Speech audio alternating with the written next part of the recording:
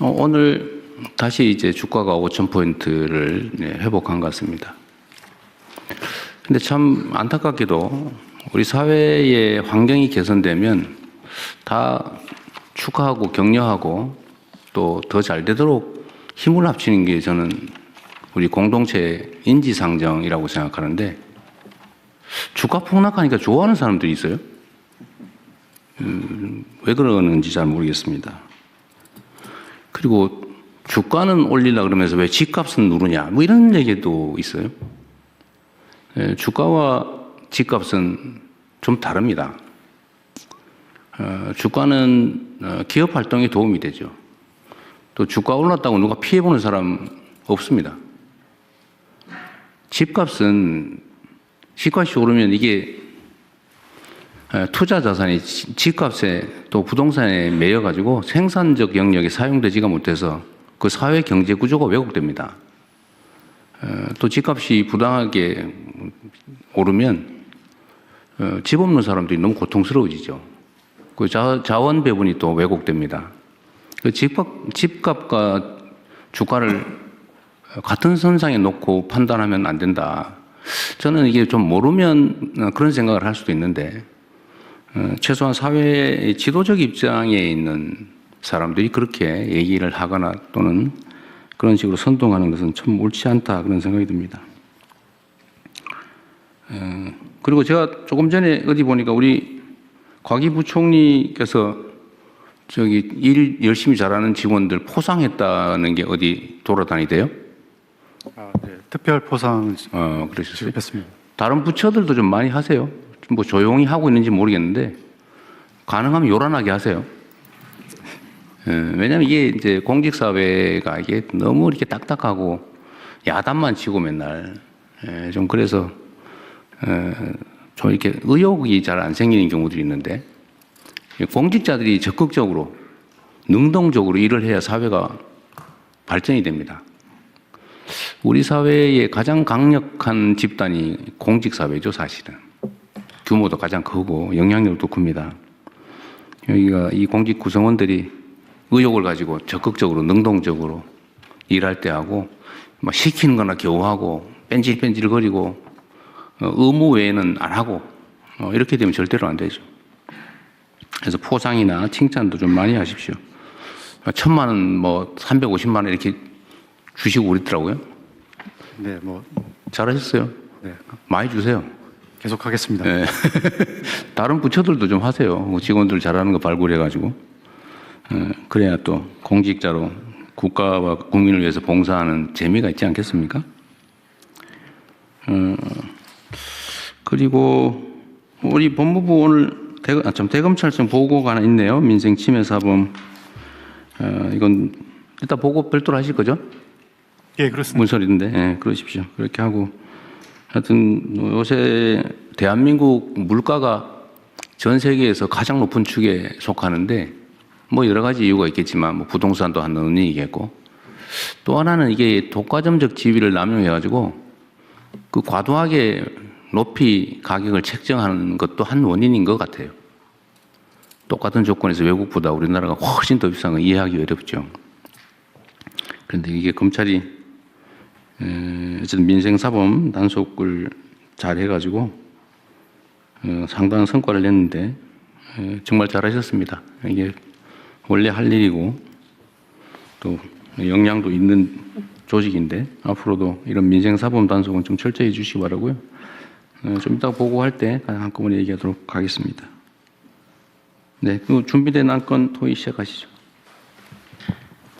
네, 연명 의료 결정 제도 개선 및 활성화 방안 보건복지부 장관께서 발제해 주시기 바랍니다. 네, 복지부 장관입니다. 연명의료 결정제도 개선 및 활성화 방안에 대해서 보고드리겠습니다. 보고 배경입니다. 2018년 연명의료 결정법 시행 이후 연명의료를 받고 싶지 않다는 비율은 77%까지 높아지고 있으나 실제 연명의료를 시행하지 않거나 중단한 환자는 전체 사망자의 19.5% 수준입니다.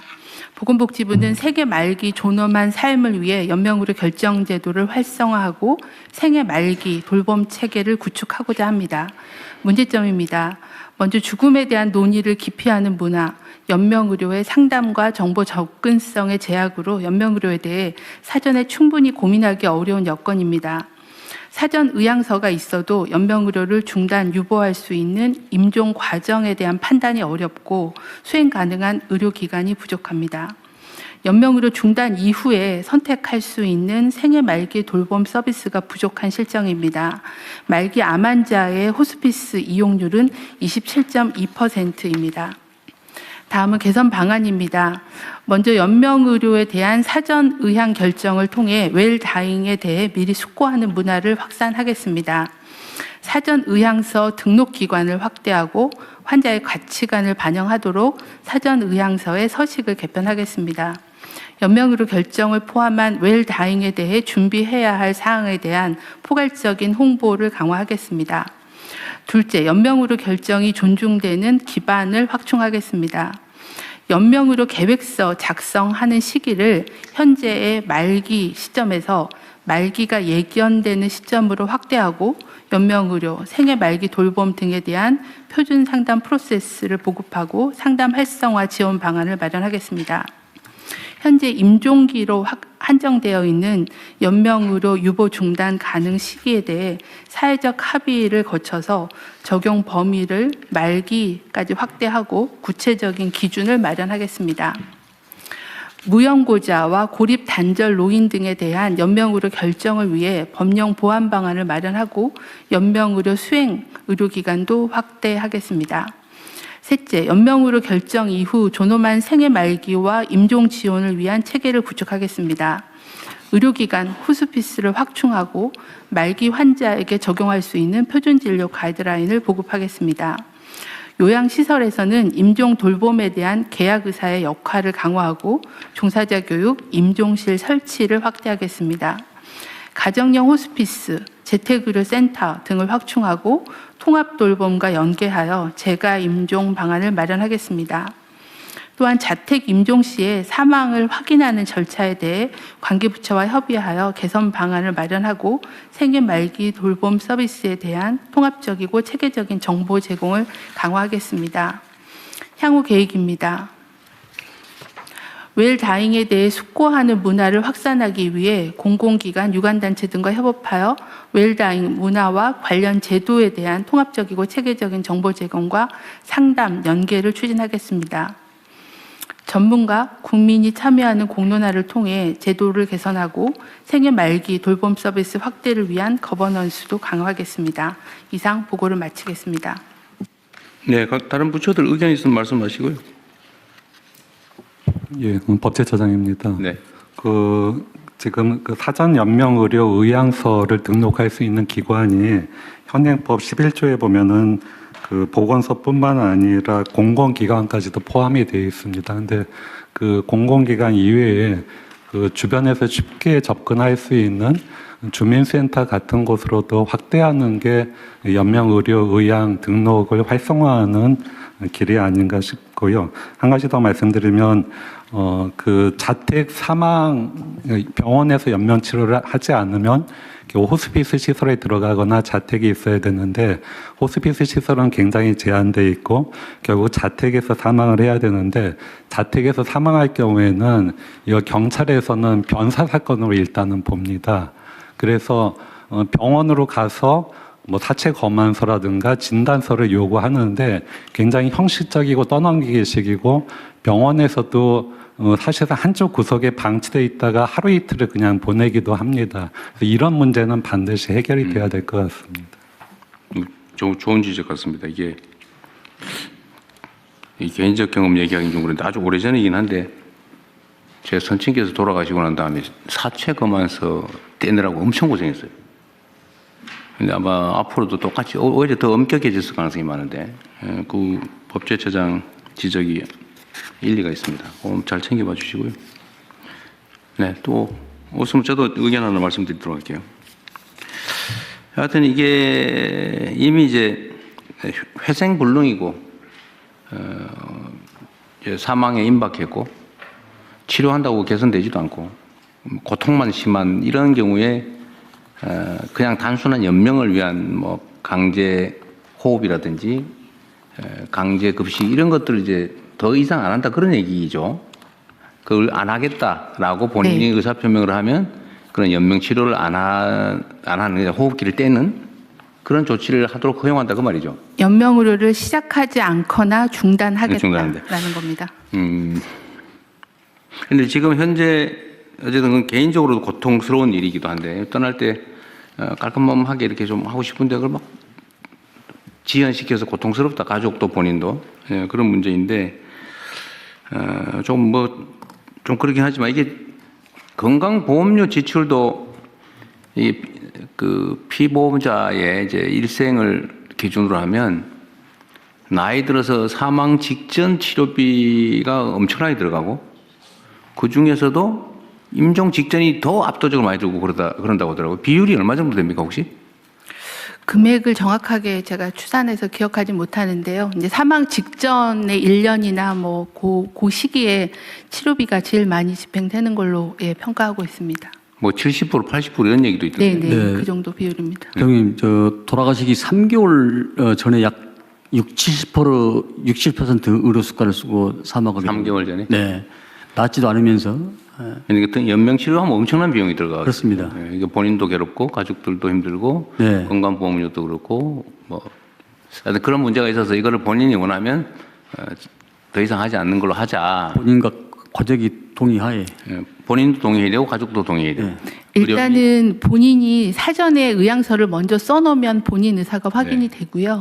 그다음에 말기 환자라고 하면 의사하고 상담해서 연명의료 계획서를 환자랑 의사가 쓰면 본인의 의사로 연명의료를 중단할 수 있는데 그걸 사전에 해놓지 않으면은 그다음엔 가족의 동의가 있으면 가능합니다. 하여튼 이건 매우 중요한 제도고 하여튼 이게 불편하지 않도록 또 어쩌면 쉽게 할 수 있는 거 외에 저는 뭐 일종의 인센티브라도 있으면 좋겠어요. 그게 뭐가 될지 모르겠는데 사회적으로도 이익이기 때문에 그 점을 잘 조정을 할 필요가 있지 않을까 싶습니다. 네, 현재 저희가 생각할 때는 연명의료를 안 하겠다고 결정을 하면 사망하실 때까지 제대로 된 말기 돌봄이 가야 되거든요. 근데 통증 관리나 아니면 다른 관리들이 이제 병원이나 재가에서 돼야 되는데 그런 제공 기관이 좀 부족하다 보니 연명의료를 결정하더라도 제대로 된 임종 서비스를 못 받는 문제가 좀 있어서 그 부분을 저희가 확충하는데 복지부가 집중하려고 하고 있습니다. 특히 최근에 이제 지역사회 통합돌봄이 활성화가 되기 때문에 재택에서도 그런 임종 돌봄을 받을 수 있게 네. 그 부분에 대한 거를 뭐 수가나 아니면은 이제 매뉴얼 같은 걸 만들고 또 의료진에 대한 교육을 해서 재택 임종을 강화하는 네. 부분들, 호스피스 강화하는 부분들을 계획을 하고 있습니다. 그러니까 연명 치료 안 하고 재택 임종을 할 경우에는 인력과 비용이 더 들겠죠. 그런데 그게 병원에서 연명 치료를 하는 것보다는 훨씬 적게 들겠죠. 네, 그렇습니다. 그럼 과감하게 투자를 하는 게 맞죠. 네. 네. 그렇게 하십시오.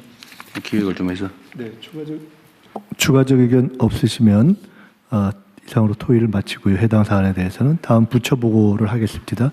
다주택자 양도소득세 중과 유예 종료 및 보완 방안을 재정경제부 장관께서 보고해 주시기 바랍니다.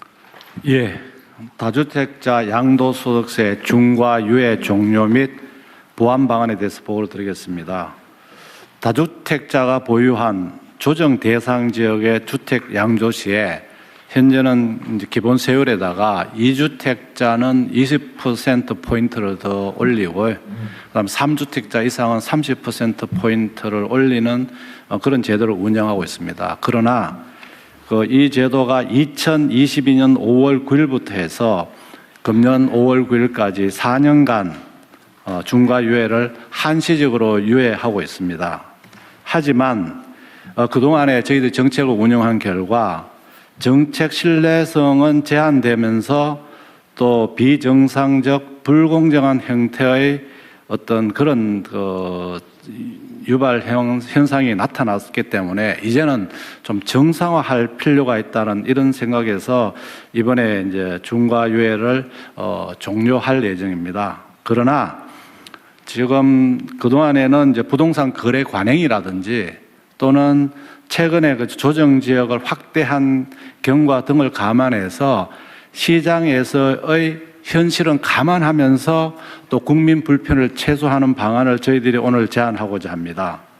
첫 번째는 강남 3구와 용산 등 기존에 이 제도를 적용하고 있던 지역에 대해서는 원칙적으로 5월 9일까지 잔금을 다 납부해야지만 이 유예를 받을 수 있겠습니다만 너무 기간이 촉박한 관계로 5월 9일까지 계약만 하고 3개월 이내에 잔금 또는 등기를 하는 경우까지도 저희들이 시장에 어떤 할 수 있는 적응력을 높이는 방안을 하려고 하고 있고요. 이 외에 금년 10월 15일에 신규 지정된 조정 지역은 5월 9일까지 계약을 하고 3개월은 좀 짧을 것 같아서 6개월 내에 잔금을 지불하거나 등기를 하는 경우까지 유예를 하는 방안을 오늘 제안을 드립니다. 오늘 국무회의 토의 결과와 여론 수렴 등을 거쳐서 조속히 다주택 중과 유예 종료 방안을 마련해서 법령 개정 등 사후 절차를 추진할 계획으로 있습니다.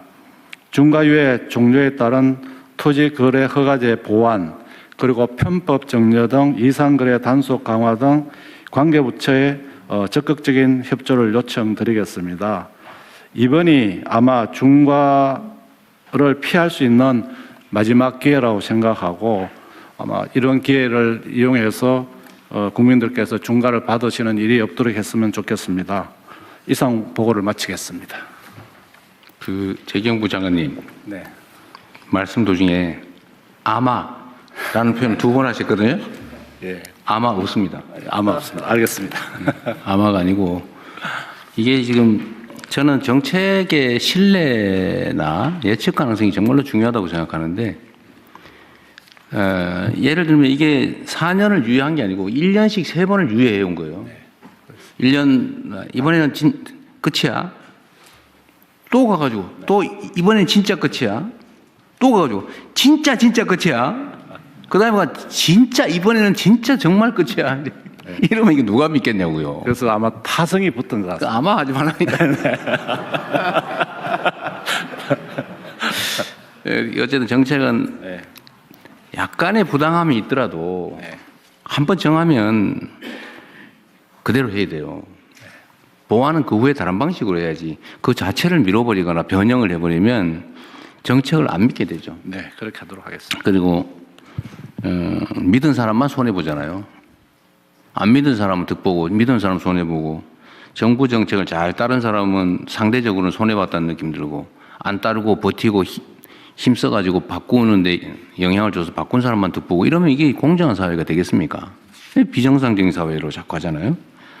그래서 앞으로는 그런 거 절대 없게 하도록 해야 됩니다. 네, 원칙대로. 원칙적으로 하고 이게 이제 이 문제뿐만이 아니라 다른 문제도 비슷해요. 정책을 준비하고 발표할 때 정말로 치밀하게 시뮬레이션하고 그래서 언제나 레드팀이 꼭 있어야 됩니다. 반박해보고 그리고 가능하면은 이해관계자들 의견도 다 듣고 또 소위 많은 사람들이 지켜보는 가운데 브레인스토밍을 해가지고 모든 가능성을 다 점검을 해야죠. 그리고 우리 사회는 부동산 투자, 부동산 거래와 관련해서는 정말 수십 년간 만들어준 신화가 있어요. 신화. 불패 신화. 그리고 여기에 또 너무나 많은 사람들이 또는 힘 있는 사람들이 이해관계를 갖고 있기 때문에 정책 변경이 너무 쉬워요. 그래서 사람들이 그렇게 믿게 된 겁니다. 이거 끝나면은 결국은 매물이 잠길 거고 매물이 잠기면은 매물을 팔게 하기 위해서 또 연장할 거고 뭐 이렇게 생각하잖아요. 지금도 사실 그 생각을 하고 있어요. 그리고 5월 9일 지나서 안 하면 어떡할 건데 버티면은 언젠가는 집 거래를 하기 위해서 또 뭐 풀어주겠지 이렇게 믿잖아요. 그래서 이 가능성을 원천적으로 봉쇄해야 됩니다. 그래서 제가 그 말씀을 드리는 거예요. 대한민국의 부동산 이 문제는 정말 이 사회 발전을 통째로 가로막는 아주 암적인 문제가 됐어요. 부동산 거래하는 사람이 나쁘다는 얘기 아닙니다. 그건 시스템이 사회가 그렇게 허용하니까 그렇게 하는 거예요. 근데 그 정책을 제대로 못 만든 또는 의지를 갖지 않은 그 결정권을 가진 권한을 가진 사람이 문제인 거죠. 최소한 국민주권정부에서는 그렇게 하지 않는다. 그리고 정책을 만들 때는 이 부동산에 대한 욕구는 워낙 강렬해서 구멍이 정말 바늘 구멍만한 틈새만 생겨도 그게 확 커져가지고 댐이 무너지듯이 무너진단 말이에요. 그래서 정책 입안 과정에서도 정말로 치밀해야 돼요. 알겠습니다. 완벽하다 싶을 정도로 치밀해야지 아마 이렇게 하면 안 돼요. 네, 알겠습니다. 그 절대 안 돼요. 아마. 예? 0.1%가 안 돼요. 완벽하게. 그래서 이 정책의 신뢰, 안정성이 꼭 담보돼야 되겠다. 그 말씀 드리고요. 그러면은 이번에 매물 잠기면 어떡할 거냐. 버티는 게 이익이냐, 아니냐. 이것도 합리적으로 판단해야죠. 지금 뭐 일부에서 정부에 관계된 사람들 중에 다주택 있는데 니그부터 먼저 팔아라고 시켜야 되는 거 아니냐 이렇게 얘기하는데 저는 이것도 문제가 있다고 생각합니다.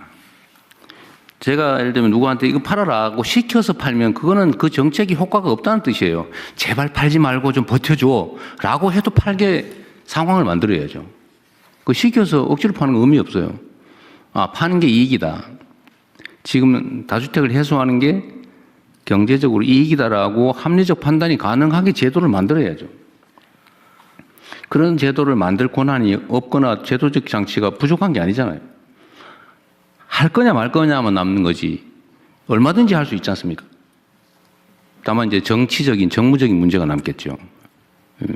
그런데 대한민국에서 이 부동산 투기, 부동산 불로소득 공화국이라고 하는 것을 시정하는 것만큼 중요한 국가적 과제가 어디 있겠습니까?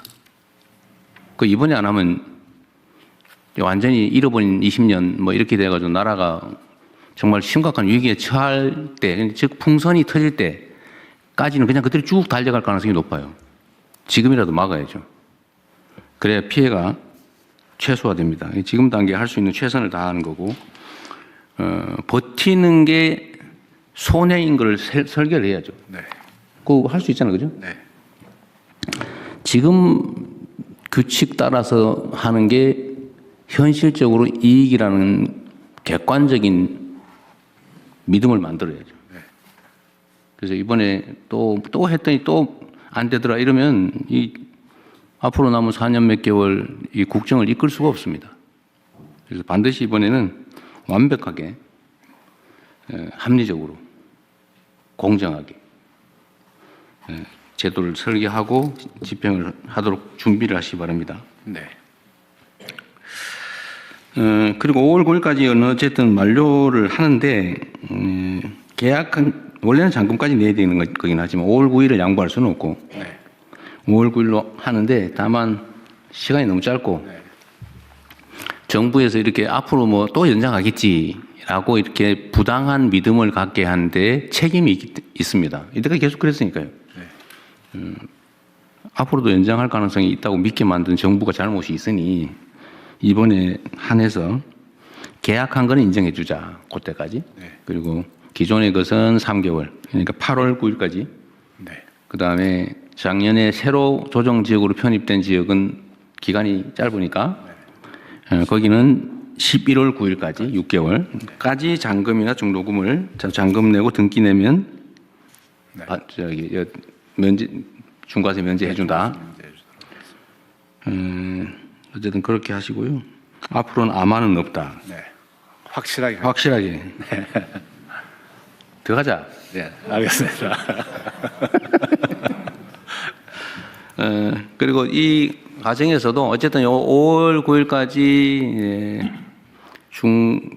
중과세 면제 네. 요 기준은 지키되 불합리한 결과가 발생할 수 있는 예외적 상황들이 있을 수 있잖아요. 네. 어쨌든 그 문제도 일부 검토를 좀 하도록 하시고요. 또 이런 것도 있죠. 버틸 수 있게 그럼 언젠가는 뭐 정권 교체를 한번 기다려보자 이런 것도 있을 수 있어요. 실제로 그럴 수 있습니다. 근데 그게 불가능하게 만들어야지. 근데 뭐 세금 얘기를 지금 하는 건 부적절하니까 하지 말고 어쨌든 할 수 있는 방법은 다 찾는다. 그 세입자 문제 때문에 골치 아픈가 봐요. 네, 그렇습니다. 지금 이 조정 지역에 대해서는 팔게 되면은 당장 자기가 들어가서 직접 살아야지만 들어가야 되는데. 됩니다. 그런데 세입자가 있는 경우에는 이 세입자가 있기 때문에 당장 들어가서 살 수 없게 됩니다. 그래서 그런 부분도 지금 살고 있는 세입자의 임대 기간까지는 뭐 예외적으로 한다든지 해서 그 이유는 반드시 들어가게. 어쨌든 5월 9일까지고 네. 무조건 5월 네, 9일까지인데 세입자들이 6개월 안에 못 나갈 상황 또는 3개월, 6개월 안에 못 나갈 상황 그런 경우에 대한 보완 방안. 대안은 한번 검토를 해보시죠. 네, 그렇게 하겠습니다. 그러나 5월 9일은 변하지 않는다. 네. 네. 5월 9일은 확실하게 지키겠습니다. 확실하게. 아마 바뀌는 일은 없을 것이다. 알겠습니다. 네. 또 추가할 거 혹시 있으신가요? 네, 다른 의견 없으시면 재경부 장관께서 보고에서 제안하신 내용에 그렇죠. 저 하나 물어볼게요. 이게 제가 지금 이제 며칠 사이에 한 하루 이틀 사이에 또 바뀌긴 했는데 처음에는 이제 일부 보도상으로는 뭐 대통령이 저거 얘기해봤자 뭐 매물도 나오는 거 없고 막 저 분명히 매물 잠길 거고 이번에는 또 연장을 해야 된다 뭐 저 다주택자들의 저 눈물은 어떡할 거냐 뭐 이런 회개한 얘기들이 있었는데 어제 정도부터 그 현장에 매물이 많이 나왔다는 보도들이 나오기 시작했어요. 제가 알기로는 그 이전에 이미 사실 매물들이 많이 나왔거든요. 그 통계청이나 아니면 어디서 뭐 자료 수집하는 데서 이 매물 증가하는 거 이런 거 통계들 있나요? 거래 통계는 있을 수 있는데. 예, 있습니다. 그래서 한번 얘기해 보실래요? 어떻게 변화되고 있는지? 그러니까 현재 이번에 서울 전체적으로 매물이 좀 줄긴 했는데요. 강남 3구하고 용산 쪽에서는 전체 평균 대비 11.74%가 매물이 늘어났다고 보고되고 있고요. 평시보다 11.7%가 늘어났다. 네, 송파가 15% 상향이 되고요. 15%나 늘어났다고. 네, 용산은 4.19로 해서 좀 낮고 그렇습니다. 용산하고 강남 3구가 매물이 늘었다는 건 굉장히 중요한 포인트입니다. 10몇 %, 두 자릿수로 늘었다 매물이. 네, 앞으로 더 늘어나겠죠. 그럴 거로 저희 그래서 추세적으로 늘어나는 것도 더 늘어나고 있잖아요, 그죠? 네, 오늘 이 국무회의를 기점으로 좀 더 늘어나겠죠. 네, 저 대통령님 행안부 장관입니다. 제가 이 검토를 해보다 보니까요, 이게 왜 5월 9일이냐? 네. 왜 5월 9일? 네네. 지난 정부가 시작한 날입니다. 이게 5월 30일인가 31일 날 시행령 개정을 했는데 소급해서 5월 9일부터 적용을 한 겁니다. 그러니까 이게 일종의 정권 이 자본에 대한 기념품으로 다주택자들한테 선물을 준 이런 케이스입니다. 근데 이게 어떻게 가능하냐면 분명히 조세는 법률주의인데 법률로 정해야 되는데 다주택자에 대한 규정이 시행령에 규정이 되어 있습니다. 그러니까 다주택자에 대한 세율은 법에 정해 있는데 누구를 다주택자로 볼 것이냐라고 하는 게 시행령으로 정해져 있다 보니까 그거를 조정해서 시행령에서 일종의 감세를 한 겁니다. 그래서 이 시행령에 정해져 있는 다주택자 기준 명확한 그 규정을 법률로 옮기는 작업을 해주셨으면 좋겠습니다. 근데 뭐 이거 앞으로는 아예 그냥 시행령에 위임한 조항을 없애버리는 것도. 네, 그렇게 해서 법률로 정해버리는 게 좋겠습니다. 이번에 어차피 이 제도 전체 설계를 바꿀 거 아니에요? 바꿀 이번에는 때 감안해서 하시죠. 네, 대통령 이번에는 이게 시간이 좀 짧기 때문에 시행령으로 하고 이건 법으로 이제 또 이후에 그렇죠. 이거는 그냥 놔두면 5월 9일에 잔금까지 내야 되는데. 네네. 하여튼 아까 얘기했던 너무 짧은 상황에 해야 되기 때문에 시행령 보완은 그건 시행령으로 할 수밖에 없겠네요. 네네, 그렇게 하겠습니다. 근데 제가 어제 밤에 우리 국무위원님들 아니면 뭐 부처장들도 이거 혹시 의견 있으면 준비하라고 했는데 준비된 분들 있으면 말씀하십시오. 다 하셨어요? 다 하신 모양이니? 네. 대통령 마지막으로요. 저기 보시면은 저 2번에 보시면은 토지 거래 허가제 구역에서는 허가 후 4개월로 돼가 있습니다. 잔금 실거주 의무가 이게 그래서 저한테 또 어떤 분이 말씀하시기는 5월 9일 계약은 3개월이 아니고 4개월로 좀 해달라 이런 얘기도 있습니다. 그래서 시장의 목소리도 듣고 그래요? 저희들이 좀 3개월이냐 4개월이냐. 네네. 근데 토지거래 허가제는 그 정도면 4개월이기 때문에 그런 것도 시장의 목소리 듣고 네. 좀 조정하도록 하겠습니다. 그럼 처음부터 4개월 해줘요. 3개월이 왔어요. 예, 그래서 그렇지만 여기서 토론을 좀 네. 붙이려고 그러겠습니다. 그건 현실적인 필요를 고려해서 네. 적절하게 결정할 때 또 하면 되니까요. 네. 기대하십시오. 4개월이 될 수도 있다. 네. 국토부하고 협의하겠습니다. 네네. 토론에서 추가된 의견을 반영해서 접수하겠습니다. 다음은 민생안정 침해사범 엄단 방안을 검찰총장 직무대행께서 보고해 주십시오. 예, 검찰총장 직무대행입니다. 민생안정 침해사범 엄단 방안 보고드리겠습니다. 먼저 수사 성과입니다. 검찰은 25년 9월부터 5개월간 시장 질서를 교란하고 물가를 상승시켜 서민 경제를 위협하는 국민 생활필수품 담합 사건을 집중하여 수사하였습니다. 설탕과 밀가루의 가격 담합으로 인해서 식품 물가 전반을 뒤흔들고 전기료의 상승으로 인해 가게를 위협하는 한전 입찰 담합의 전모를 밝혀 총 52명을 기소하였습니다. 설탕 가격의 담합 규모는 약 3조 2,700억 원, 밀가루는 약 6조 원, 한전 입찰 담합은 약 6,700억 원의 규모에 달하는 사실을 규명하였습니다. 사안별 개요와 수사 경과는 아래에 보시는 표와 같습니다.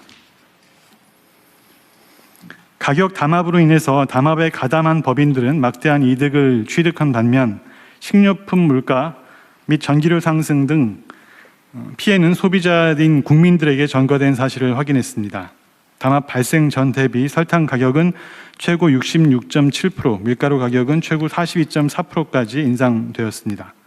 한전 입찰 담합의 경우에는 담합 업체들의 평균 낙찰률이 약 96%에서 담합 종료 후에는 67%까지 낮아진 사실을 확인하였습니다.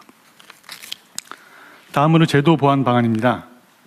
담합으로 인한 공정거래법 위반죄의 법정형은 3년 이하의 징역 또는 2억 원 이하의 벌금으로 해외 주요 국가들의 법정형에 비해서 매우 낮은 수준입니다. 경쟁 질서를 심각하게 침해하는 담합범죄를 근절하기 위해 담합범죄의 법정형을 상향하는 내용의 개정 논의가 필요한 상황입니다.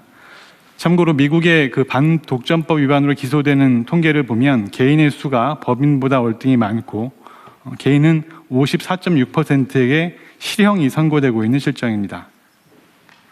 설탕과 밀가루 가격 담합 업체들 중에 일부는 과거의 수차례 적발에도 불구하고 재범에 이른 점에 비추었을 때 법인에 대한 과징금이나 벌금 처분만으로는 근절이 어렵습니다. 그래서 실제 범행을 실행한 개인에 대한 형사처벌도 강화가 필수적입니다.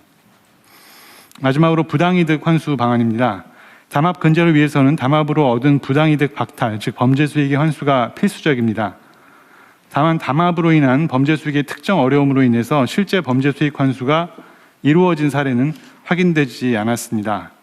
입찰의 경우를 예를 들면 낙찰가액 자체가 수익이 아니라 정상적인 경우의 낙찰가액과 담합으로 인한 낙찰가액의 차액을 법원에서는 요구를 하고 있는데 그 정상적인 낙찰가액이라는 것이 여러 가지 가정적 상황을 전제로 산정할 수밖에 없어서 구체적 산정에 어려움을 겪고 있습니다.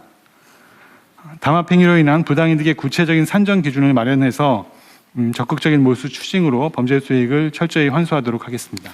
이상 보고를 마치겠습니다. 이건 논의할 게 꽤 많은데요. 일단은 우리 공정거래위원회, 아니 먼저 이거부터 하죠. 법정형을 상향하는 거는 법제처가 좀 준비를 하든지 해가지고 정부 입법으로 하든지.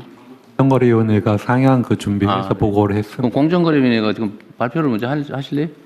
예. 준비한 게 있으면 어떻게 할지? 제 발표 자료가 여기 준비되어 있는지 모르겠는데 그 설탕 사건은 그 24년부터 공정위가 조사해 왔고 24년 말에 이제 공정위와 검찰에 그 자진 신고가 들어왔었고요. 공정위 조사는 지속돼서 25년 9월쯤에 이제 마무리 단계였고 그때 이제 검찰이 그 고발 요청을 했고 공정위 고발했고 그래서 이제 검찰 고발과 공정위 조사 마무리도 동시에 진행되고 있습니다. 공정위 심의는 2월 11일 날 있습니다. 밀가루 사건은 제가 취임한 후 첫 번째 직권조사 사건이고요. 10월부터 공정위 조사가 시작되었고 지금 조사 마무리 단계이고 검찰 고발 요청도 최근에 들어왔고요. 그래서 공정위 고발했고 검찰도 지금 조사하고 있고요. 그래서 밀가루는 3월 초쯤에 공정위 조사는 완료될 거고 심의는 한 그로부터 2개월에서 3개월 후에 진행될 예정입니다. 가스 절연 개폐 장치 같은 경우는 공정위 과징금 처분이 이미 25년 1월에 완료됐고요. 그래서 400억 조금 못 되는 과징금이 부과되었고 6개 법인이 24년 말에 고발되었고요. 지금 검찰 조사도 지금 진행되고 있습니다. 지금 그 관련 부당이익 환수를 위해서는 현행 그 담합은 관련 매출의 20%까지 그 과징금을 부과할 수 있습니다. 그래서 지금 현재 이런 과징금 상한을 20%에서 30%로 상향하는 공정거래법 개정안을 준비 중이고요. 그리고 실효성 있는 과징금 부과가 될 수 있도록 시행령과 과징금 고시 등을 통해서 상한에서 너무 낮아지지 않도록 담합의 중대성이 중간이나 심각할 때는 하한까지 둘 수 있는 시행령 혹은 과징금 고시를 개정하도록 할 것입니다. 그리고 물가 원상 복구를 위해서 공정위가 지금까지 이제 가격 재결정 명령을 아주 소극적으로 활용했었는데 지금부터는 보다 적극적으로 가격 재결정 명령을 시정 명령으로서 활용할 수 있도록 그 참고로 있는 그 시정 조치 운영 지침도 좀 개정할 예정입니다. 그리고 이상입니다. 우선 제가 궁금한 거 아까 과징금을 400억 했다는 게 어떤 거에 대한 400억이에요? 한전의 가스 절연 개폐 장치 담합 사건. 오늘 이 사안 아니고 이 사안까지 한전의 입찰 담합 이 얘기하는 그 사안 맞습니다. 그 사안입니다. 담합 규모가 6,776억인데 400억 했으면은 몇 프로 이게? 391억 정확한 액수는 391억이고 7%밖에 안 돼요. 예, 그렇습니다. 왜 7%밖에 안 했어요? 여기 20%까지 할 수 있다면서요? 그러니까 상한은 20%인데 현재 시행령이나 고시가 감면 규정이 많습니다. 그래서 그럼 그 빨리 고치십시다 그러면. 예, 시행령 이건 전에 한번 얘기했던 건데. 맞습니다. 예. 근데 왜 아직까지 소식이 없어요? 고치는데 상반기에 고치도록 하겠습니다. 고시. 뭘 상반기에 해요? 지금 바로 하지. 준비 안 돼 있어요? 작년에 제가 얘기했던 건데. 준비돼 있고 지금 시뮬레이션을 통해서 그 사건들을 적용해서 그거를 시행령이나 규칙에 너무 자세히 정할 필요 없잖아요. 예.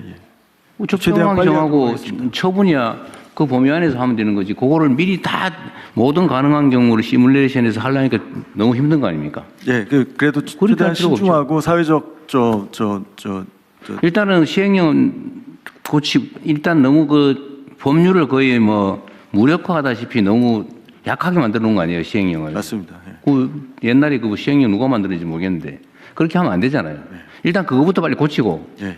더 세부적인 게 필요하면 규칙, 처분 규칙 이런 걸로 정하고 그 안에서도 재량으로 사안별로 행정관청이 정하면 되는 거지. 그거 왜 시행령에다 자세히 최대한 빨리 고치게. 네, 최대한 빨리 하십시오. 그거 하고 이게 좀 납득이 안 되는데 두 번째로는 이 범죄 수익 몰수 추징하고 과징금은 병과가 가능한 거예요? 가능해요? 기본적으로 그러면 형사처벌도 하고 과징금도 하고 몰수도 하고? 예, 근데 그 사유는 살펴볼 수는 있을 것 같습니다. 네. 어느 한쪽에서 처벌받았을 때. 어쨌든 이런 범죄적인 수단을 통해서 걸리면은 이렇게 제재를 해도 이익이잖아, 그죠? 그렇습니다.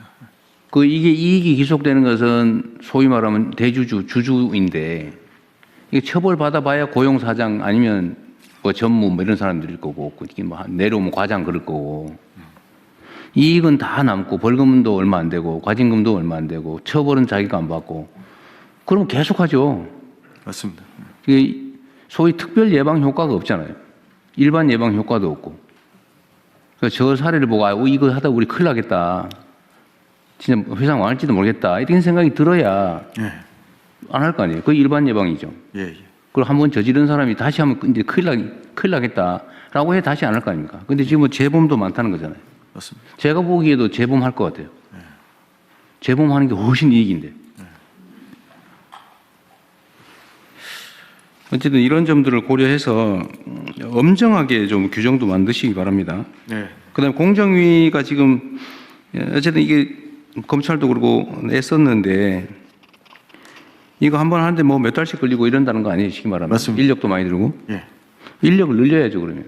예, 예.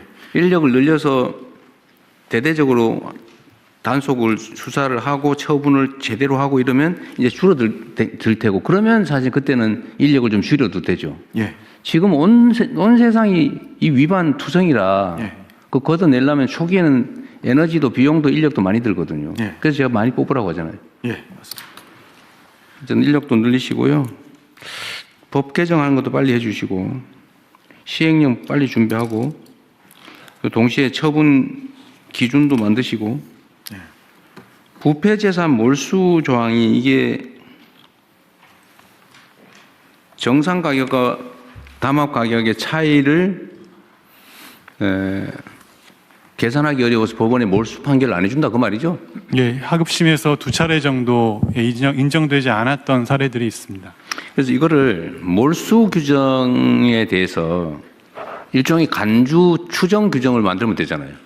예, 그 주가 조작의 경우와 마찬가지로 입법을 통해 가지고 몰수 추징에 관한 간주 규정을 두고 그 아래 이제 시행령 형태로 그걸 구체화하는 방식을 네. 입법을 생각할 수 있습니다. 근데 몰수 조항을 시행령에 위임하면 재형 법정주의 논란이 벌어질 것 같은데. 예, 그래서 이제 법률 단계에서 간주하는 규정까지는 두고 네. 구체적인 산정 방식에 대해서 이제 아래로 위임 입법을. 그래서 입찰 비리 대개 이게 지금 담합이라고 하는 게 유형화돼 있잖아요, 그죠? 가격을 조정한다든지 뭐 낙찰 뭐 이런 거 한다든지 몇 개 유형이 있을 텐데 거기에 대해서 정상 가격에 대한 간주 규정을 하나 만들어서 증명되지 않은 그 가격으로 한다. 예를 들면 입찰을 할 때는 입찰 예정가가 있잖아요. 예를 들어 입찰 주체가 추정 가격이 있잖아요, 지금. 그거하고 실제 낙찰 가격하고 차이를 뭐 한다든지 뭐 또 충분히 있을 수 있을 것 같아요. 뭐 그거라든지 그 가격을 산정할 때 같이 올렸다 이런 거는 예를 들어 일반 물가 상승률에 준해서 일정한 기준을 만들고 그거를 벗어난 거는 저 담합에 의한 것이다라고 간주하는 걸로 그런 조항 만들면 될 것 같은데. 예, 그것도 고려해 보겠습니다. 네, 어렵더라도 예, 일단은 하고 나중에 보완을 하든지 해야지. 그 고민하다가 세월 다 보내고 그러면 안 돼요. 그러니까 공정위 규정이 어떻게 보면은 부당이익 환수를 좀 추정에 근거해서 법이 만들어져 설계되어 있습니다. 관련 매출의 30% 혹은 20% 이런 네. 추정에 의한 부당이익 환수인데 이 규정으로 부당이익 환수가 부적절하게 되었다라고 판단될 때는 방금 말씀하신 가격 추정 네. 요건을 활용할 수 있을 것 같습니다. 그러니까 그 과징금 규정은 약간 추상적이거나 예. 또는 뭐 합의 규범으로 정해도 되는데 몰수 규정은 형사 처벌이라서 법에다 엄격하게 최대한 확정해놔야 될 거 아닙니까? 그렇습니다. 그것도 고민해서. 예. 그리고 검찰도 그렇고 경찰은 이런 담합 수사 안 합니까? 예, 그 공정거래법에 현재 공정거래위원회에서 검찰총장에게 고발해야 한다 이렇게 규정이 돼 있어서 그 주로 공정거래위원회에서 검찰에 고발을 하고 있습니다. 이 규정도 수사 기소 분리 원칙에 의해서 이 규정도 이제 손봐야 될 그런 조항인 것 같습니다. 근데 이런 부분에 대해서는 전혀 논의가 안 되고 있는 것 같던데요. 이런 검찰에게 고발하는 조항이 많잖아요. 예, 이거 말고도 예 많이 있습니다. 그거에 대해서 법무부에서는 뭐 준비하기 있는 게 있어요? 예, 어쨌든 이건 뭐 그 형사법 개정하면 특사경 지휘와도 관련이 되어 있고요. 어떤 검찰만 수사할 수 있는 것들이 몇 개 있기 때문에 다 함께 손봐야 됩니다. 더불어도 제가 그 대통령께 좀 말씀드리고 싶은 것은 지금 이 담합 문제에 관련해서는요. 저희가 2021년도 이후에 자체 조사한 바에 의하면은 이 외국의 추세는 법인보다도 개인 고발이 더 많습니다. 경쟁법에 있어서 부당 경쟁이라든가 불공정행위 관련해서는 미국이 가장 발달했는데 개인 고발이 훨씬 많은데 개인이 네. 고발하는 아니 개인 고발 그 법인의 대표자 실행하는 개인을 저희 처벌하는 공정위에서는 2021년도 이후에 거의 개인 고발을 하지 않고 있습니다. 근데 법인에 대해서는 뭐 과징금을 낸다든가 상한 2억 정도의 벌금 갖고는 아무 의미가 없거든요. 그렇기 때문에 거기에 이 행위를 한 개인들 뭐 그게 실제 오너가 아니라고 하더라도 대표자라든가 실행행위에 가담한 계획 모의한 자들을 처벌해야 되는데 그 처벌이 없습니다. 그 나중에 법인만 고발하고 나서 나중에 검찰에서 개인 고발해라 고발 요청해 우선은 그때나 고발하고 있거든요. 지금 뭐 그 다음에 가장 큰 게 뭐냐면 공정위에서 열심히 하고 있는데 2021년도 이후에 공정위 고발 사건 중에서 조사 기간만 보통 뭐 1년 반 내지 4년까지 걸리는 게 있습니다. 근데 이게 3년 이하 징역이기 때문에 공소시효가 5년입니다. 5년 다 돼갖고 된 게 대부분입니다. 이 두 건도 마찬가지입니다. 그러니까 거의 다 넘어간다고 그냥 넘어간. 예, 제가 조금 보완해서 말씀드리면 맞아 말씀하시고 가십시오. 그래서 그 부분에서도 사건 기간이 굉장히 고질적으로 장기화되고 있다. 그다음에 공소시효 임박해갖고 고발한 경우가 많다. 그렇게 있고요. 지금 뭐 공정위원장은 뭐 조사를 여기 나온 것처럼 담합이 지금 오랫동안 됐었는데 강제수사 이 표 보면 나오세요. 강제수사 지금 보여주시면 게시일 중에서 수사 기간은 대개 뭐 얼마 되질 않습니다. 실제로 굉장히 급박해갖고 저희들이 수사를 했는데 이 자체 촉발하고 하는 게 이 리니언시 때문에 면책 조항이 있어갖고 다른 경쟁사에서 조그만 경쟁사에서 자체 제보를 검찰에 한 겁니다. 검찰에 같이 한 게 아니라. 그리고 나서 검찰에서 이 설탕 담합 같은 경우는 3번이나 고발을 하라고 요청을 한 겁니다. 그래서 이게 고발이 된 거기 때문에 이 과정에 있어서 정말 신속하게 처음부터 개인까지 같이 고발하고 그다음 처음부터 이게 경찰이라든 검찰이라든 간에 긴밀하게 협조하지는 안 됩니다. 워낙 이게 압수수색할 양들이 굉장히 방대하거든요. 그리고 조사해야 될 게 많기 때문에 그런 면에서 이 조사라든가 공정위 조사와 검찰이든 경찰이든 초기부터 협력 단계 그런 구조가 좀 만들어져야 됩니다. 현재 그게 없습니다. 예, 공정위원장. 예, 뭐 지금 검찰에서 적극적으로 개인 고발을 하게 된 것에 대해서 저는 뭐 잘했다고 판단하고요. 그리고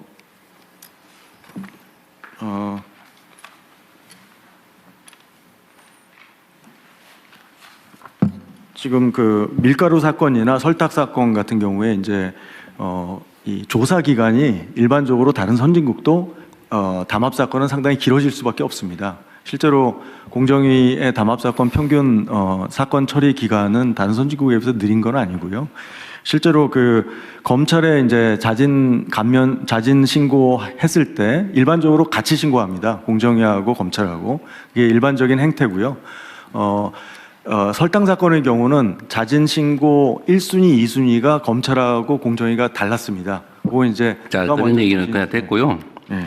하여튼 이 고발 문제도 범죄를 저지르면 원칙적으로 아무나 체포까지 할 수 있는 게 형사소송법의 대원칙인데 왜 공정거래 사건은 누군가가 꼭 고발해야 되고 고발 안 하면 수사도 못하고 기소도 못하고 처벌도 못하고 그게 말이 이상하지 않아요?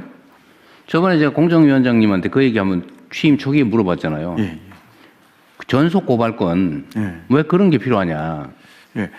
그러니까 지금은 과거에는 고발권 독점했는데 지금은 그렇지 않습니다. 지금은 이제 검찰에서 고발 요청이 오면 공정위는 고발을 할 수밖에 없습니다. 지금 현행법상. 그리고 중기벤처부 장관도 고발 요청을 하면 저희가 고발할 수밖에 없습니다. 그러니까 지금 고발권 독점은 지금 실질적으로 작동하지 않고요.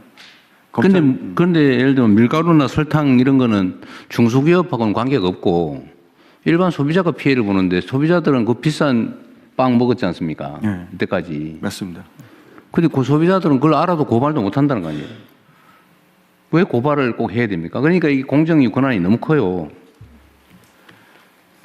그 전속 고발을 폐지하든지 아니면 뭐 일정 숫자 이상의 국민들한테 고발권을 주든지 뭐 그렇게라도 좀 풀어야지 이거를 제가 얘기를 들어보면 인력 부족 뭐 너무 많아서 그런다는데 아니 그렇게 너무 많이 위반하는 사회가 이상한 사회지 그걸 고쳐야지 어떻게 너무 많아서 고발된 사건만 그러면 자의적이 되잖아요.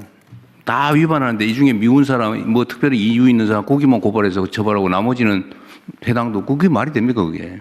그게 정상 사회가 아니죠. 하여튼 지금 현재 공정위에서 고발권을 확산시키는 방향으로 지금 저 제도 개편안을 만들고 있습니다. 그래서 특히 지자체 쪽으로 고발권을 좀 확대하는. 좋은데 너무 오래 걸린다 그 말이에요. 예. 이거 제가 얘기한 지 몇 달 된 것 빨리 같은데. 하겠습니다. 예.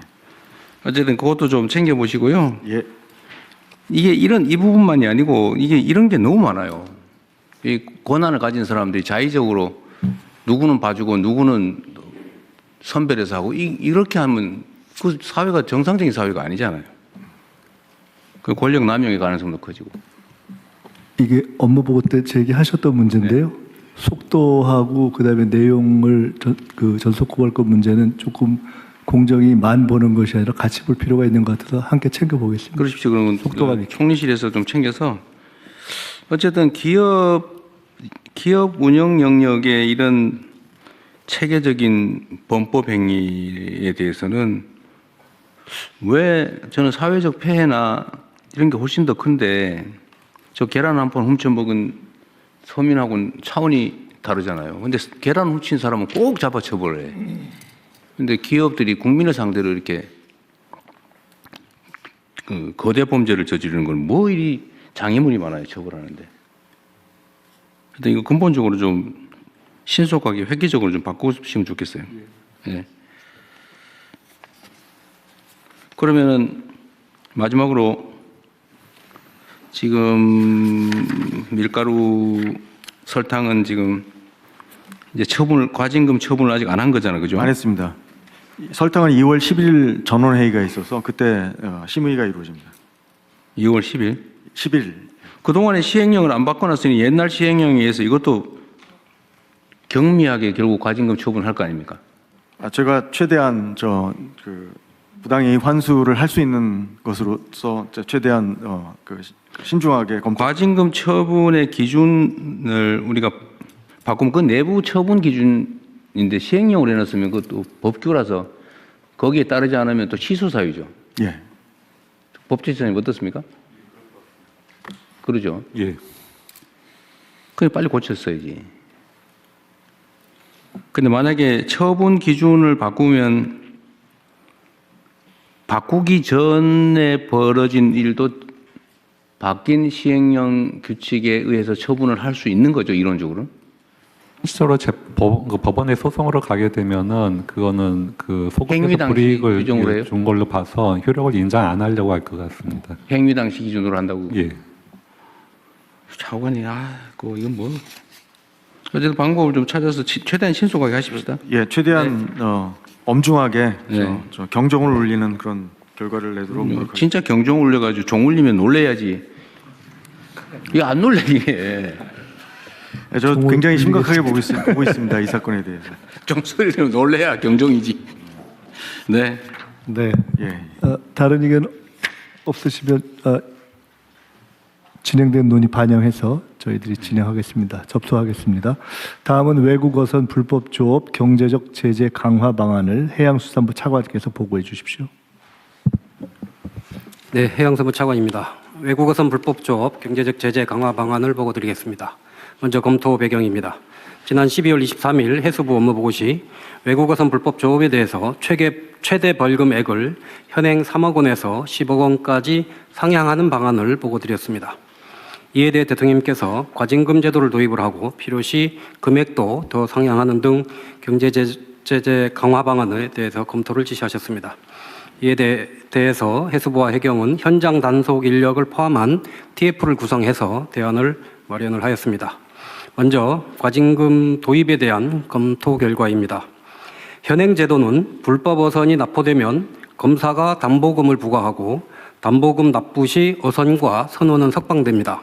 이후 재판을 거쳐서 벌금이 확정되면 보관하던 담보금이 벌금으로 대체되어 국고로 귀속됩니다. 이를 볼 때 담보금이 경제적 제재의 성격을 가진다고 볼 수 있습니다. 이러한 제도는 유엔 해양법 협약 73조의 규정과 이를 반영한 국내법인 경제수역어업주권법에 따른 것입니다. 다음 쪽입니다. 과징금 도입 시 과징 금액은 통상 불법 이득에 비례하여 산정하게 됩니다. 타 입법례에 따라 불법 어획물에 3 내지 5배의 과징금을 부과한다고 가정할 경우 과징금이 최대 1억 원 정도에 불과해서 벌금보다도 더 낮게 책정될 가능성이 높습니다. 또한 설사 과징금을 부과한다 하더라도 국내에 거소와 재산이 없는 외국인 선주가 납부할 가능성도 낮습니다. 과징금 미납 시에는 납부된 어선을 몰수하고 있고 어선 몰수는 외국인 선주에게 어느 정도의 경제적 제재로 작용하기는 합니다만 우리 정부 입장에서는 몰수 어선의 공매 대금이 소액에 불과하여 부당이득 환수 효과가 미미합니다. 따라서 외국 어선에 대한 과징금 부과보다는 현행 제도인 벌금과 담보금을 상향하는 것이 경제적 제재로서 더욱 효과적이라고 판단하였습니다. 이에 따른 경제적 제재 강화 방안으로 벌금액을 3억 원에서 15억 원으로 대폭 상향 조정하겠습니다. 다음 쪽입니다. 법무부와 협조하여 담보금 부과 기준도 벌금에 맞추어 상향 조정하겠습니다. 또한 현재 어선 톤급에 따라 차등 부과되던 담보금을 톤급에 관계없이 최고 금액을 부과하는 방안을 적극 검토하겠습니다. 예를 들어 죄질이 가장 나쁜 유형이라고 할 수 있는 무허가 조업 어선에 대해서는 15억 원의 담보금을 부과하는 것입니다. 이와 병행하여 중국 내 처벌도 강화하겠습니다. 중대 위반 어선은 담보금 납부 시에도 중국 해경에 인계하여 중국에서도 처벌받게 하겠습니다. 향후 추진 일정입니다. 최고 벌금액을 3억 원에서 10억 원으로 상향하는 법률 개정안이 이미 발의되어 있습니다. 국회 논의 과정에서 이를 15억 원으로 상향토록 추진하겠습니다. 또한 벌금 상향 시 담보금 부과액도 상향토록 법무부, 외교부 등 관계기관과 적극 협의해 나가도록 하겠습니다. 이상입니다. 이게 지금 중국 불법어선 문제는 중국 당국이 무슨 방임을 하거나 조장을 하거나 그런 건 아니라는 거죠? 최근에 많이 줄었습니다. 물론 근절되고 있다고 보긴 어렵습니다만 지난 한 몇 년간 추이를 보면 이제 그러니까 이게 중국 정부의 무슨 암묵적 방침이나 방임에 의한 것은 아닌 것으로 보여진다 그 말이잖아요. 네, 저희들 그렇게 판단하고 있습니다. 실제로 뭐 그런 것 같은데 중국으로 넘기면 실제로 처벌한다는 거잖아요. 그렇습니다. 최근엔 그렇게 하고 있습니다. 그런데 이게 벌금을 상한을 높이고 벌금 상한액에 해당되는 담보금을 내면 사람도 석방해 주는 거고 배는 응유하는 거죠. 배도 보내요. 담보금을 납부하면 배도 보내줍니다. 배도 보내. 예, 그게 국제해양법 협약. 실제로는 이제 뭐 벌금을 내든 말든 되돌아보지 않는 거잖아요, 그죠?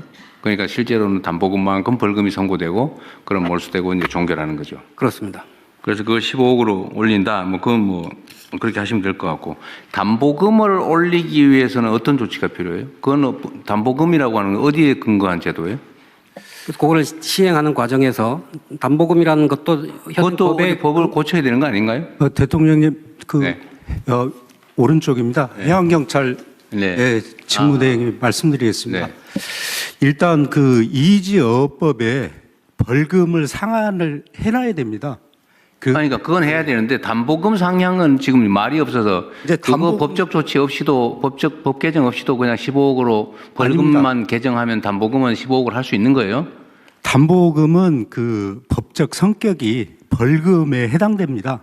그래서 이 제도는 이지어업법에 벌금액을 상한을 해주면 그 상한에 맞게끔 해양경찰이 대검하고 협의를 합니다.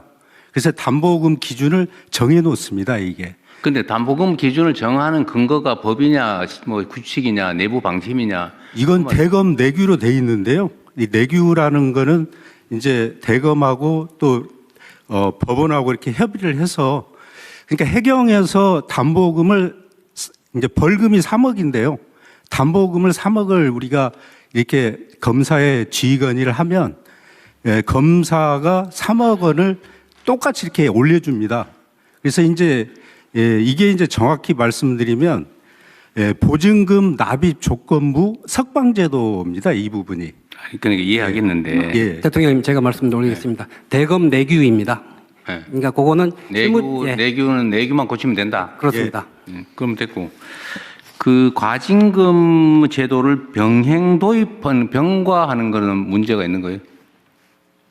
뭐 법리적으로 가능은 합니다만 저희들이 과징금을 도입을 하면 과징금을 산정하고 부과하고 현행 벌금 체계를 병행 추진하면 오히려 현장에서는 복잡해져요? 혼선만 가중될 거라고 판단을 했습니다.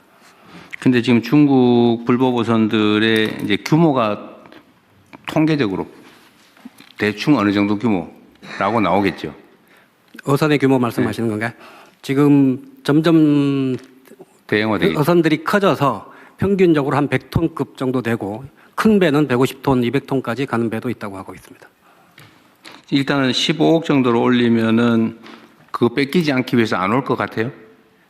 일단 지금 3억이기 때문에 이거를 5배 정도 올리면 상당한 제재 효과가 있을 것으로 저는 판단하고 있습니다. 전에도 좀 한번 말씀드렸지만 어쨌든 거의 선단을 이루어서 오고 그중에 해경이 잡아봐야 한 척 또는 기껏해 2척밖에 못 잡으니까 8척, 9척은 안전하게 영업을 하고 돌아갈 수 있으니까 잡힌 그 배의 이 보증금을 모아서 내주기로 하고 같이 떼지어 들어온다는 소문이 있더라고요. 뭐 지금 3억이면 그게 가능할지 모르겠는데 이거를 저희들이 10억, 15억으로 올리면 1억 5천씩 내야 되면 어려울 거다. 예, 그렇게 판단하고 있습니다. 일단 한번 해보시죠 그러면. 과징금 얘기는 그냥 일단 놔두는 걸로. 알겠습니다. 다른 의견 없으시면 원안대로 접수하겠습니다. 그냥 드림 사업 추진 현황 및 계획을 보건복지부 장관께서 보고해 주시기 바랍니다.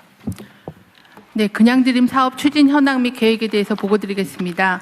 지난해 9월 대통령님 지시 이후에 신한금융그룹과 협업을 통해서 12월부터 57개소에서 시범 사업으로 시작하였습니다. 올해는 정부 예산을 반영해서 정부 예산과 민간 후원금을 활용해 시범 지역을 확대하고 있고 5월부터는 본 사업 전환 예정입니다. 추진 현황입니다. 1월 30일 기준으로 현재 67개 시군구에서 107개의 코너를 운영하고 있습니다. 접근성을 높이기 위해서 푸드마켓, 푸드뱅크뿐만 아니라 행정복지센터, 사회복지관에도 코너를 설치하고 있고 신안군 등 일부 시군구는 복수로 센터를 운영하고 있습니다. 지난 2달 시범사업 기간 동안에 36,000여 명이 이용하였습니다.